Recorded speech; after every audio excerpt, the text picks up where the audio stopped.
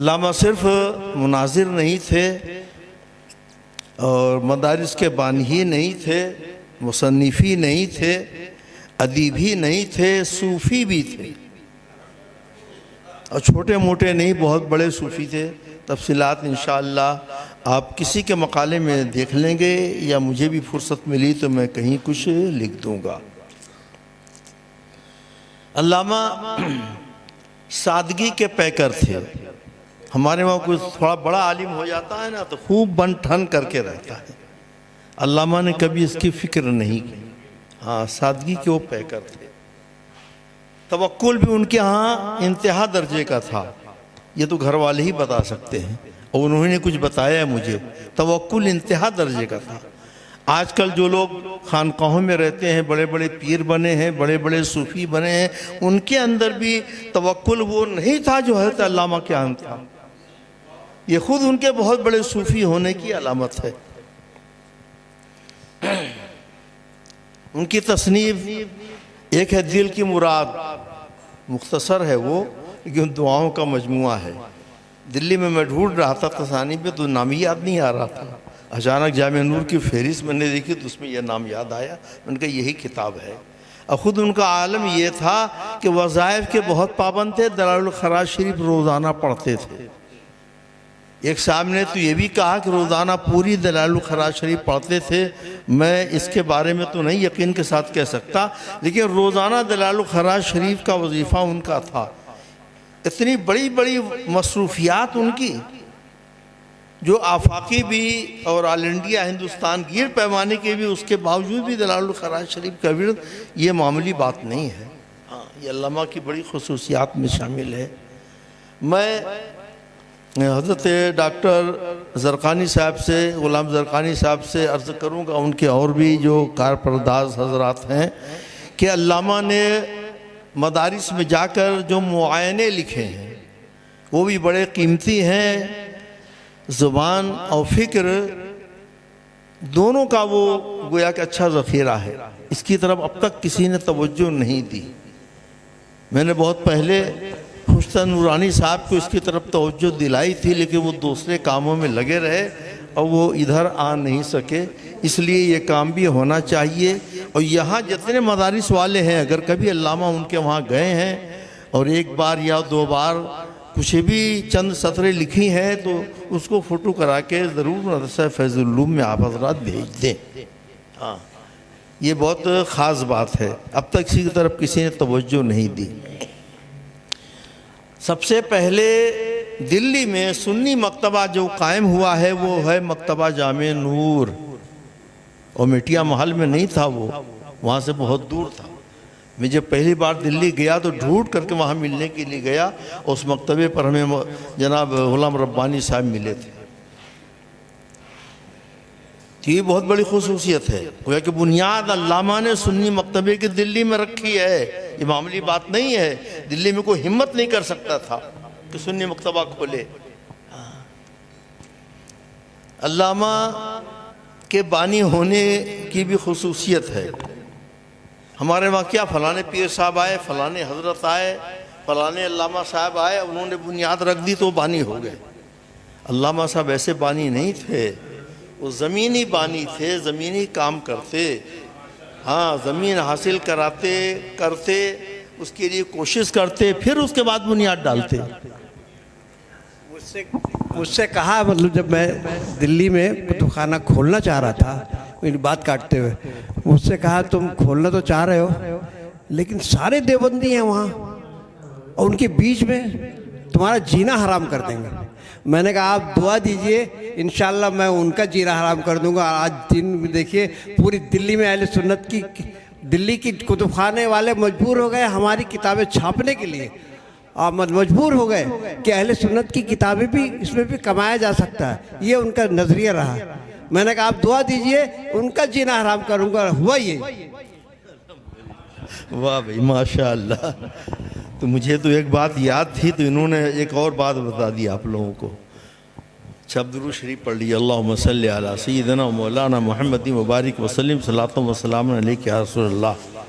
دعوت اسلامی کے بارے میں 5-7 صفحے کا میرا مضمون ہے۔ یہاں پاس میں بھی ہے، سنانے کا تو موقع نہیں، خلاصے کا بھی موقع نہیں ہے، لیکن اتنا ضرور ہے کہ جب علامہ اس کی بنیاد ڈال کر کے آئے تو مجھے یاد کیا یا میں خود ملنے کے لیے آیا۔ میں اس وقت ذاکر نگر غوثیہ نظامیہ میں تدریسی خدمات انجام دے رہا تھا، تو علامہ نے کہا کہ ایسا ایسا ہوا ہے، ہمارے وہاں کوئی جماعت نہیں تھی جو لوگوں کو روزہ نماز کی تبلیغ کرے، نماز کا طریقہ بتائے اور سنتوں کی تبلیغ کرے، تو ہم نے ایک ایسا ادارہ قائم کیا ہے، ایسی تحریک قائم کی ہے۔ اور مولانا الیاس صاحب کے بارے میں کہا کہ میں نے ان کو امیر بنایا ہے۔ ایک صاحب سے کہا کہ کوئی ایسا آدمی ہو جو امیر بننے کے لائق ہو، محنت کر سکے دین کے معاملے میں، تو ایک صاحب نے کہا کہ وہ ایک مولانا الیاس صاحب ہیں ہمارے یہاں، امام صاحب ہیں، وہ ہم کو لگتا ہے کہ یہ کام کر سکیں گے۔ وہ آئے، جناب حضرت تشریف لائے اور پوچھا حضرت نے کیا نام ہے آپ کا، بتایا کہ الیاس، تو حضرت اور خوش ہو گئے، چلیے ادھر الیاس تو ادھر بھی الیاس۔ تو اور پھر قافلے کی اصطلاح علامہ کی بنائی ہوئی ہے، اسلامی بھائی کی اصطلاح علامہ کی بنائی ہوئی ہے نا، اور دینی نصاب کے نام سے کتاب لکھنے والے تھے، اس کا خاکہ بھی علامہ نے بنایا تھا، لیکن وہ بھاگ دوڑ کے ان کی زندگی تھی، کوئی موٹی کتاب لکھنا ان کے لیے بہت مشکل تھا۔ وہ تو رد کی کتاب جذبات میں لکھ ڈالا کرتے تھے، ہاں جذبات میں کتابیں لکھ جاتی تھی۔ تو علامہ ہی اس کے بانی ہیں۔ کچھ لوگ غلط فہمی میں پڑھ کر مولانا الیاس صاحب کو بانی قرار دیتے ہیں، یہ ان کی بہت بڑی غلطی ہے، بہت بڑی غلطی ہے، اور کسی غلط بات کو پھیلانا، بولنا شرعاً بھی جائز نہیں۔ ہاں، جو لوگ بھی دعوت اسلامی کے یہاں موجود ہیں یا ان کے خیرخواہ موجود ہے، خیرخواہ تو میں بھی ہوں، اول دن سے ہوں، ہاں، بلکہ ایک خط میں حضرت علامہ نے مجھے لکھا ہے، وہ چھپا ہوا بھی ہے کہ روح روان دعوت اسلامی۔ اللہ کہ میں صرف اتنا ہی ہوں کہ تائید کرتا ہوں، کہیں ضرورت پڑی تو کسی اجتماع میں چلا گیا، کچھ بیان کر دیا، بس اتنا ہی میرا رابطہ ہے۔ اور لوگوں کی طرح جو نگلیٹ کرتے ہیں، فتوی بازی سے کام لیتے ہیں، ان کا انکار کرتے ہیں، میں ان میں نہیں ہوں، کیونکہ میں نے قریب سے دیکھا ہے۔ لیکن یہ ایک حقیقت بیانی میرے لیے ضروری تھی، اس لیے میں نے بیان کر دیا کہ دعوت اسلامی کے بانی علامہ ہی ہے اور کوئی نہیں ہے۔ علامہ کا حال یہ تھا کہ کوئی بھی فتنہ سر اٹھاتا، ملک میں اکثر اور بیرون ملک بھی، تو علامہ فوراً چی بجبی ہو جاتے تھے، قلم سنبھال لیتے تھے، ہاں، اور اس کے خلاف مراسلہ، احتجاج ان کا شروع ہو جاتا تھا۔ آج میں دیکھتا ہوں ملک میں بڑے بڑے فتنے آتے ہیں اور ہم ہی لوگ خاموش ہیں، ہم لوگ خاموش ہیں۔ خاموش نہیں رہنا چاہیے، کم از کم آواز تو بلند کر سکتے ہیں، جیل میں نہیں جا سکتے، احتجاج نہیں کر سکتے، روڈ پر نہیں آ سکتے، تو کم از کم مراسلات تو بھیج سکتے ہیں۔ کہ اخبارات میں دیکھتا ہوں کہ اہل سنت کا بہت کم حصہ رہتا ہے کسی فتنے کی سرکوبی کے سلسلے میں۔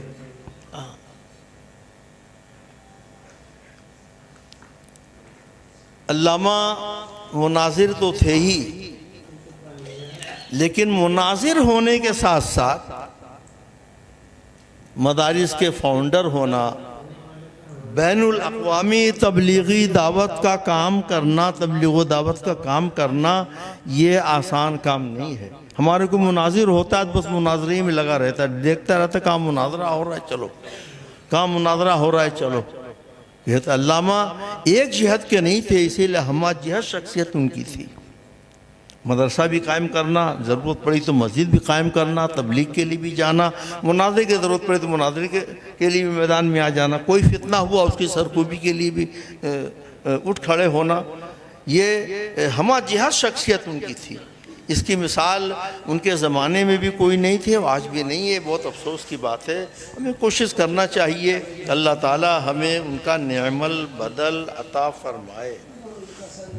میری ایک گزارش ہے، حضرت علامہ تحریر سے پہچانے گئے، خوبیاں تو اور بہت سی تھیں، کارنامے اور بہت سے تھے، لیکن اصل کام ان کا تحریر کا تھا، اور تحریر کی جو خوبی تھی آج تک ان کے جیسا کوئی لکھنے والا قلم کار نظر نہیں آیا۔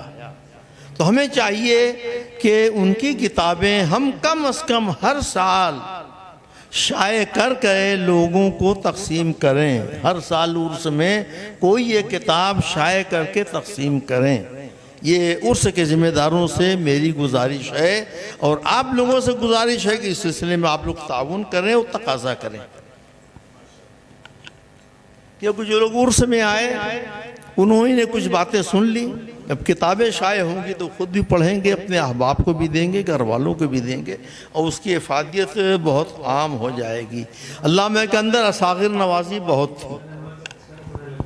میں نے ابھی جناب غلام ربانی صاحب سے پوچھا، میرا اندازہ بالکل صحیح تھا کہ میری عمر ان کی عمر برابر ہے، میرا اندازہ صحیح تھا، یعنی ان کے بیٹے کی عمر کا میں ہوں، کہ میرے ساتھ وہ جو اعتنا کرتے تو مجھے حیرت ہوتی ہے۔ ہاں، خطوط بھی جو میرے نام ان کے ہیں، 11 خطوط ہیں مجموعہ مکاتیب میں، آپ دیکھ لیجئے، اس انداز سے مجھے نوازا ہے، مجھے حیرت ہوتی، میں تو کچھ بھی نہیں، جبکہ میں ان کا شاگرد بھی نہیں، ان کا مرید بھی نہیں، ان کا ہم وطن بھی نہیں، لیکن معلوم نہیں وہ مجھ سے کیوں بہت زیادہ محبت کرتے تھے۔ ایک مرتبہ ضیاء الاسلام ٹکیا پاڑا ہوڑا میں بخاری شریف کے ختم میں علامہ گئے تھے، مجھے معلوم ہوا کہ علامہ آئے ہوئے، میں ملنے کے لیے چلا گیا، علامہ نے مجھے بیٹھا لیا اور کہا کہ آپ ختم بخاری کرائیے۔ ان کے سامنے میری کیا مجال تھی؟ ہاں، بہت اصرار کے، میں نے کہا نہیں حضرت، آپ کے ہوتے ہوئے میں ختم بخاری نہیں کراؤں گا، ختم بخاری آپ کرا دیجئے تبرکاً، میں انشاءاللہ اس آخری حدیث پر بیان کر دوں گا تھوڑا سا اس محفل میں۔ چنانچہ یہی ہوا۔ یہ بہت بڑی بات ہے نا، لوگ اپنے سے بڑوں سے کہتے ہیں ارے آپ آ گئے ہیں تو اب آپ ختم کرا دیجئے، یا دوستوں میں کوئی ہوتا ہے اپنے سے قابل آدمی سمجھتا ہے تو کہتا ہے آپ ختم کرا دیجئے، جبکہ میں وہاں مدعو بھی نہیں تھا، بے شان و گمان میں وہاں پہنچ گیا، مجھے معلوم ہے کہ علامہ آئے ہوئے ہیں اور وہاں ختم بخاری کی محفل ہے۔ تو یہ تھی اصاغر نوازی حضرت علامہ کی۔ ایک مرتبہ میں نے خط لکھا ان کو، جشن اسلام نام سے ایک بہت بڑا جشن، 14ویں صدی ختم ہونے کے بعد انہوں نے پروگرام بنایا تھا، پوسٹر چھپا، حالات نے اجازت نہیں دی کہ وہ پروگرام نہیں ہوا، تو میں نے خط لکھا علامہ کو، اور یہ لکھا کہ دیکھیے بڑی بڑی کانفرنسیں ہوتی ہیں، بڑے بڑے جلسے ہوتے ہیں، لیکن نماز کا کوئی اہتمام نہیں ہوتا، نہ کہیں اذان ہوتی ہے، نہ کہیں مصلی بجتا ہے، نہ کہیں وضو کا انتظام ہوتا ہے۔ آپ کے جشن اسلام میں اسلام کا جشن ہونے والا ہے نا، اس کا اہتمام بہت ضروری ہے۔ میں تھوڑا بے باک بھی تھا، بے تکلف بھی تھا، تو میں نے ان کو لکھ دیا، پوسٹ کارڈ ہی میں نے لکھا، حضرت نے پوسٹ کارڈ میں جواب دیا کہ ٹھیک ہے، آپ کا جو مشورہ ہے انشاءاللہ اس پر عمل کیا جائے گا، اور اللہ آپ جیسوں کو، مجھ جیسوں کے نصیحت کے لیے دیر تک سلامت رکھے۔ یہ جملہ مجھے خط کا یاد ہے، اگرچہ وہ خط میرے پاس محفوظ نہیں رہا ورنہ وہ بھی چھپ گیا ہوتا۔ تو یہ ذرہ نوازی تھی۔ آج کل آدمی تھوڑا سا بڑا ہو جاتا ہے نا تو چھوٹے کی کوئی قدر نہیں، چاہے وہ کیسا ہی مشورہ دے، کوئی بھی بات کرے۔ تو علامہ کے ہاں یہ بات نہیں تھی۔ جیسے علامہ کی شخصیت آفاقی تھی، بہت بڑے تھے۔ فیض العلوم ایک مرتبہ یہیں حضرت بیٹھے ہوئے تھے اپنی قائم گاہ پر، میں آیا ملنے کے لیے، اور گفتگو کے دوران میں نے کہا حضرت آپ کی شخصیت تو بہت بڑی ہے، عالمی ہے، عالمی پیمانے کے آپ عالم ہے، تو آپ نے اتنا چھوٹا مدرسہ کیوں قائم کیا؟ اس فیض العلوم کو میں نے کہا اتنا چھوٹا مدرسہ کیوں قائم کیا؟ تو علامہ نے اپنی ٹوپی اتار کر کے ٹیبل پر رکھ دی، ڈیسک پر، دیر تک کھجلانے لگے۔ حضرت عادت تھی، گھر والے لوگ جانتے ہوں گے، قریبی لوگ۔ کھجلانے کے بعد پھر کہتے ہیں ٹھیک کہتے ہو، ٹھیک کہتے ہو، بولنے کا یہ انداز تھا نا، ٹھیک کہتے ہو، ٹھیک کہتے ہو۔ دوسرا ہوتا تو تعویلیں کرتا ہے نا، یا اس کو گستاخی پر محمول کرتا۔ علامہ نے یہ نہیں کہا ٹھیک کہتے ہو، ٹھیک کہتے ہو، ہے نا۔ یہ الگ بات ہے کہ حالات ایسے تھے کہ اس سے بڑا مدرسہ بہت، یہی مدرسہ بڑی مشکلوں سے قائم ہوا ہے۔ بعد میں نے سب تفصیلات سنی تو میں نے کہا کہ میرا یہ کہنا صحیح نہیں تھا، لیکن بہرحال علامہ نے اعتراف کیا۔ یہ علامہ کی ذہنیت تھی، یہ بھی ایک طرح کی تربیت ہے۔ تاکہ کوئی آدمی بڑا ہو جائے تو اپنے کو بہت بڑا نہ سمجھے. ہاں کوئی آدمی نیک مشورہ دیے، کوئی بات کہے تو اس کو غور سے سنے اور اعتراف کرے. اللہم صلی علی سیدنا مولانا محمد مبارک وسلم. ایک مرتبہ میں آیا تھا حضرت سے ملنے کے لیے، کوئی آدمی آیا کلمہ پڑھنے کے لیے، تو حضرت کاک لیا نعمانی صاحب کے پاس مدرسے میں تھا، میں حضرت سے مل چکا تھا، ان کو معلوم تھا کہ میں موجود ہوں. یہ آدمی آتا، یہ آئے کہ ان کے پاس بیٹھا تھا تو مجھے بھیج دیا باہر، جائیے. باہر جب آیا تو کہا کہ ان کو کلمہ پڑھا دیجیے. یہ ہے اساغر نوازی علامہ کی. ہاں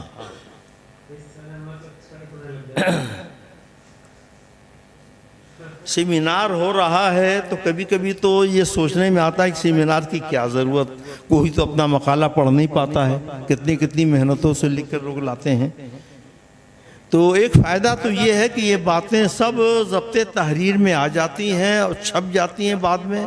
کوئی مقالے نہیں چھپتے ہیں لیکن زیادہ تر چھپ جاتے ہیں، تو بعد میں لوگ پڑھ بھی لیتے ہیں، ریکارڈ بھی ہو جاتا ہے. اور دوسری بات یہ ہے کہ معلومات کھنگال لی جاتی ہیں، ڈھونڈ لی جاتی ہیں، لوگ اپنا دل دماغ رکھ دیتے ہیں لا کر کے کاغذوں پر، ہے نا. تو یہ بہت بڑا ایک فائدہ ہوتا ہے. تیسری سیمینار یہ سب بیکار چیزیں نہیں ہیں. اللہم صلی علی سیدنا و نبینا و مولانا محمد معدن الجود والکرم و آلہ و بارک وسلم. صلاۃ و سلام علیک یا رسول اللہ.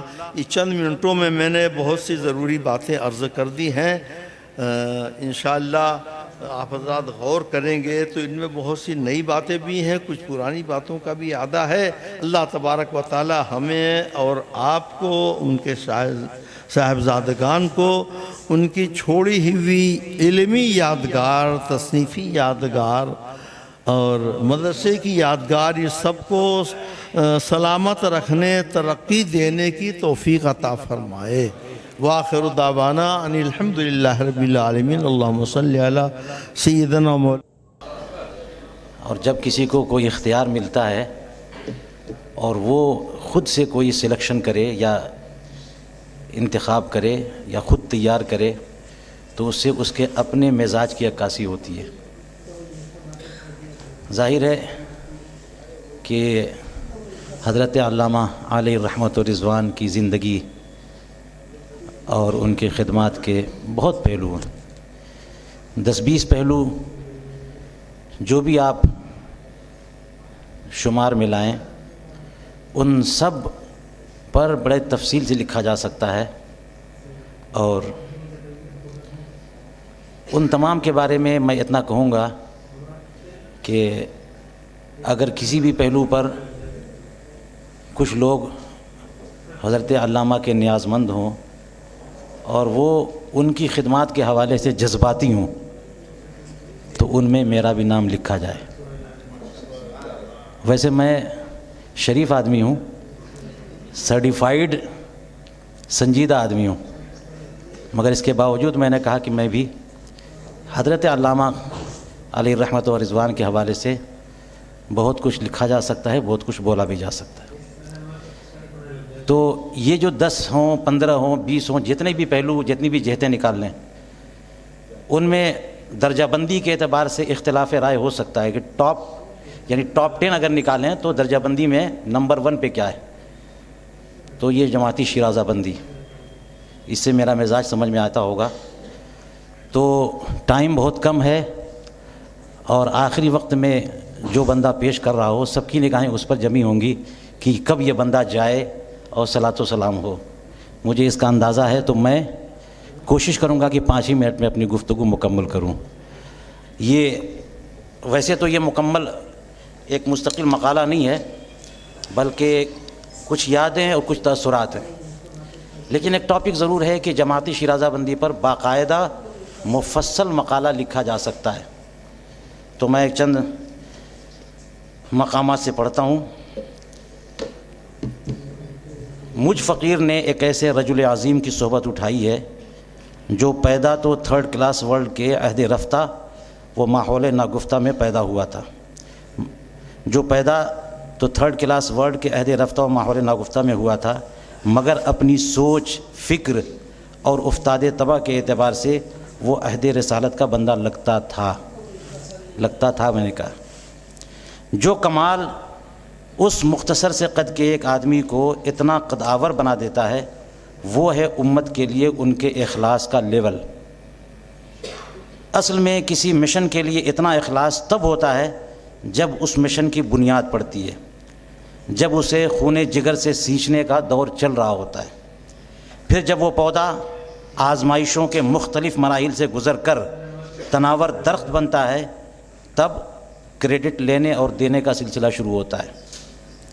مگر اس فقیر نے علامہ ارشد القادری علیہ الرحمہ کی زندگی کا بہت حصہ دیکھا، بہت تحریریں پڑھیں، مجھے ان میں کہیں کریڈٹ لینے والا عنصر نظر نہیں آیا۔ امت کے لیے ان کے اخلاص کی سطح اتنی بلند ہے کہ اس عہد رفتہ میں اس کے قریب بھی کوئی نہیں پہنچ سکا۔ میرا یہ تأثر اتنا غیر معمولی ہو گیا ہے کہ ناقدین وقت کے مطابق تو میں نے گویا مبالغے کی ٹانگ توڑ دی ہے، لیکن میں ان ناقدین کی خدمت میں عرض گزار ہوں کہ اس نقطے کو سمجھنے کے لیے کچھ زیادہ علم و معرفت کی ضرورت نہیں، تھوڑا سا ارشدی وجدان چاہیے۔ اس مزاج کے ساتھ اگر کوئی بھی علامہ ارشد القادری علیہ الرحمہ کی ذات و صفات کا مطالعہ کرے گا تو وہ گواہی دے گا کہ انہوں نے امت کا جو تصور اپنی زبان اور اپنے قلم سے پیش کیا ہے وہ کہیں اور نظر نہیں آتا۔ وہ ملت کی شرازہ بندی کے لیے کوشش کرتے تھے، اس کے لیے اکرام، احترام اور ڈانٹ ڈپٹ سب کچھ کرتے تھے، اور جب کچھ بھی ہاتھ نہ آتا تو بچے کی طرح روتے بلکتے تھے۔ اس حوالے سے تاریخ نے مکتوبات کی شکل میں ان کے احساسات ریکارڈ کیے ہیں، جو بھی احساسات ریکارڈ کیے وہ انہی کا خاصہ ہے۔ اس مقام پر میں نے کچھ اپنے احوال بھی ذکر کیے ہیں، وہ بھی تھوڑا سا کاٹ کے حاضر کر رہا ہوں۔ الجامعۃ الاشرفیہ مبارک پور سے امتیازی نمبروں سے کامیابی حاصل کرنے کے بعد نومبر 1995 میں عرس حافظ ملت میں اس فقیر کی دستار بندی ہوئی۔ اسٹیج اکابر اہل سنت سے بھرا ہوا تھا، بڑی تعداد میں فارغین دستار بندی کے لیے ان اکابر کے درمیان تقسیم ہو گئے۔ اس فقیر کی دستار بندی حضرت رئیس القلم علامہ ارشد القادری علیہ الرحمہ نے فرمائی۔ اس سے فراغت کے بعد واپس گھوسی قادری منزل پہنچا تو میرے شیخ حضور محدث کبیر نے فرمایا کہ اس کی دستار بندی تو میں نے کی نہیں، چلو یہاں دستار باندھ دیتا ہوں۔ چنانچہ دوسرے روز گھر پر میرے شیخ مکرم حضور محدث کبیر زیدہ مجدو نے دستار باندھی اور خاندان کے احباب کے ساتھ ایک قافلے کی شکل میں حضور صدر الشریعہ علیہ الرحمہ کے آستانے پر حاضری دی گئی۔ اگلے شوال میں ہم حضور رئیس القلم قائد اہل سنت علامہ ارشد القادری علیہ الرحمہ کی بارگاہ میں جا پہنچے اور 1 سال جامعہ حضرت نظام الدین اولیاء دہلی میں رہ کر بہت کچھ استفادہ کیا۔ اس دوران بعض اسفار میں بھی ساتھ رہنے کی سعادت حاصل ہوئی۔ گھوسی میں قادری منزل بارہا تشریف آوری ہوتی اور خدمت کی سعادت حاصل ہوتی۔ ایک بار چھوٹی منہ بڑی بات، بارگاہ ناز میں زبان گویا ہوئی۔ میں نے عرض کیا زور قلم کیسے پیدا ہوگا؟ طالب علمی کا زمانہ، زور قلم کیسے پیدا ہوگا؟ حضرت نے فرمایا پہلے تمہارا قلم تو دیکھوں۔ شرما گیا اور موقع ملتے ہی اپنا ایک مضمون حاضر کر دیا۔ آپ نے پورا مضمون دیکھ لیا، خوش ہوئے اور فرمایا زور قلم کے لیے میری ہر تصنیف کو 10 بار پڑھا۔ جامعہ حضرت نظام الدین اولیاء میں اکابر علماء آتے رہتے تھے، حضرت ہم لوگوں کو بلا کر ان علماء کی بارگاہ میں بطور نمونہ پیش کرتے۔ میں نے اس دور میں حضور سیدی اعلیٰ حضرت کے ایک رسالے کا خلاصہ اپنے الفاظ میں تیار کیا تھا۔ اسی دوران کراچی سے پروفیسر مسعود احمد نقشبندی ایک بار آئے تو آپ نے ان کو میرا وہی خلاصہ دکھایا۔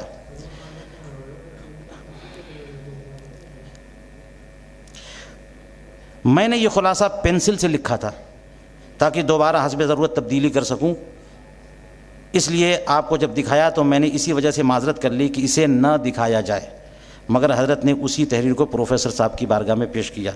اس سے فقیر کی بہت حوصلہ افزائی ہوئی۔ پھر اسی سال حضرت نے رفیق محترم مولانا ڈاکٹر سجاد عالم رضوی اور مجھے نمائندہ بنا کر عرس حافظ ملت میں بھیجا تاکہ ہم دونوں عربی انگلش میں خطاب کریں۔ محترمی سجاد صاحب نے انگلش میں خطاب کیا اور فقیر نے عربی میں خطاب کیا۔ ہمیں قرآن مجید کا انگریزی ترجمہ اپنی نگرانی میں کرواتے تھے۔ ہر روز اپنے چیمبر میں ہم لوگوں کو طلب فرماتے اور ہماری فکری تربیت فرماتے، حسب ضرورت ڈانٹتے اور حوصلہ افزائی بھی فرماتے۔ ہمارے والد صاحب کے سگے ماموں تھے، یعنی ہماری دادی جان کے بھائی. اب یہ ذرا میں یہاں سے حصہ کاٹوں گا تاکہ ٹائم نہیں ہے. حضور علامہ ارشد القادری علیہ الرحمٰن نے حضور حافظ ملت کی سرپرستی میں خدمت علم و دین کی راہ اختیار کی. تصنیف و تالیف، تنظیم سازی، حسب ضرورت مختلف خطوں میں مساجد و مدارس کی تاسیس و تعمیر پر توجہ دی اور ملک و بیرون ملک مدارس کا بڑا سلسلہ قائم کر دیا.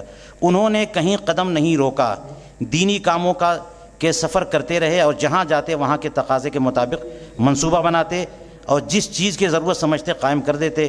ان کی خدمات اتنی ہمہ جہت، متوافر اور متواتر رہیں کہ سب کو حیطۂ تحریر میں لانا مشکل ہے.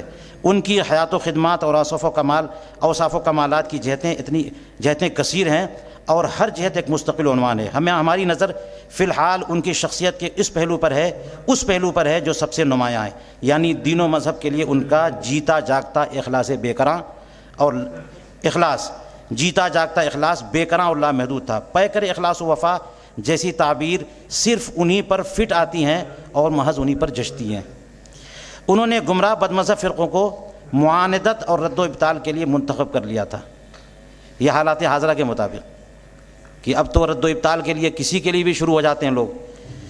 تو انہوں نے گمراہ بد مذہب فرقوں کو معاندت اور رد و ابطال کے لیے منتخب کر لیا تھا. ان کے مقابل ہر بستی میں اہل سنت کا کام نمایاں دیکھنا چاہتے تھے. کامیاب ہو جاتے تو دوسرے خطے کا رخ کرتے اور کامیابی میں دقت پیش آتی تو اپنی ترجیحات اور مشکلات زبان و قلم سے اتنے مؤثر انداز میں قوم کے سامنے پیش کرتے کہ لوگوں کے دل پسیج جاتے. پھر کچھ نہ کچھ کام کر کے ہی دم لیتے. مدارس بنا کر اور ان کی عمارتیں دیکھ کر خوش نہیں ہوتے تھے، بلکہ غیروں کے مذہبی مراکز کے مقابل اپنے مراکز کی قلت تعداد اور اختصار حجم کا رونا روتے تھے. وہ 1.5 اینٹ کی مسجد بنا کر احمقوں کی جنت میں کبھی نہیں رہے. ان کی زندگی میں قوم کا درد اتنا غالب ہو گیا تھا کہ اپنے گھر بار اہل و عیال کے لیے بھی ان کے پاس وقت نہ تھا. اپنے بچیوں کی شادی میں مہمان کی طرح شرکت کرتے. ان کے شب و روز قوم کے لیے وقف تھے. منٹ جماعتی کاز کے لیے تھا جس میں بمشکل اپنے کھانے پینے اور آرام کا وقت نکلتا تھا. ہاں، ان تمام کاموں کی ہمہ ہمی میں اپنی آخرت کے لیے بھی کچھ نہ کچھ وقت ضرور نکال لیتے اور فرائض و واجبات کی پابندی کے ساتھ ہر روز بعد مغرب دلائل الخیرات شریف پڑھتے. اس میں پورا وقت دیتے. باقی سارا وقت قوم کے لیے وقت تھا. قوم میں کہیں بھی کوئی نزاعی صورتحال پیدا ہو جاتی فوراً ایکشن لیتے اور اس کی اصلاح پر لگ جاتے. اصلاحی کوششیں ناکام ہوتی تو حسرت و یاس کے احساسات سے اپنے احباب کو آگاہ کرتے. ہمارے پیش نظر ان کے کچھ خطوط ہیں جن سے چند اقتباسات نظر کرتا ہوں. وہ نظر کروں گا نہیں میں یہاں پہ، چند اقتباسات نظر کرتا ہوں. قارئین اندازہ کر سکتے ہیں کہ حضرت قائد اہل سنت کو اپنی قوم کی کتنی فکر تھی. ہو سکتا ہے یہ اقتباسات پڑھ کر ہمارے دلوں میں بھی اپنی قوم کے لیے کچھ حرارت پیدا ہو جائے. اس کے بعد چند اقتباسات ہیں حضرت کے مکتوبات کے، وہ آپ مکتوبات کے مجموعے میں پڑھ سکتے ہیں.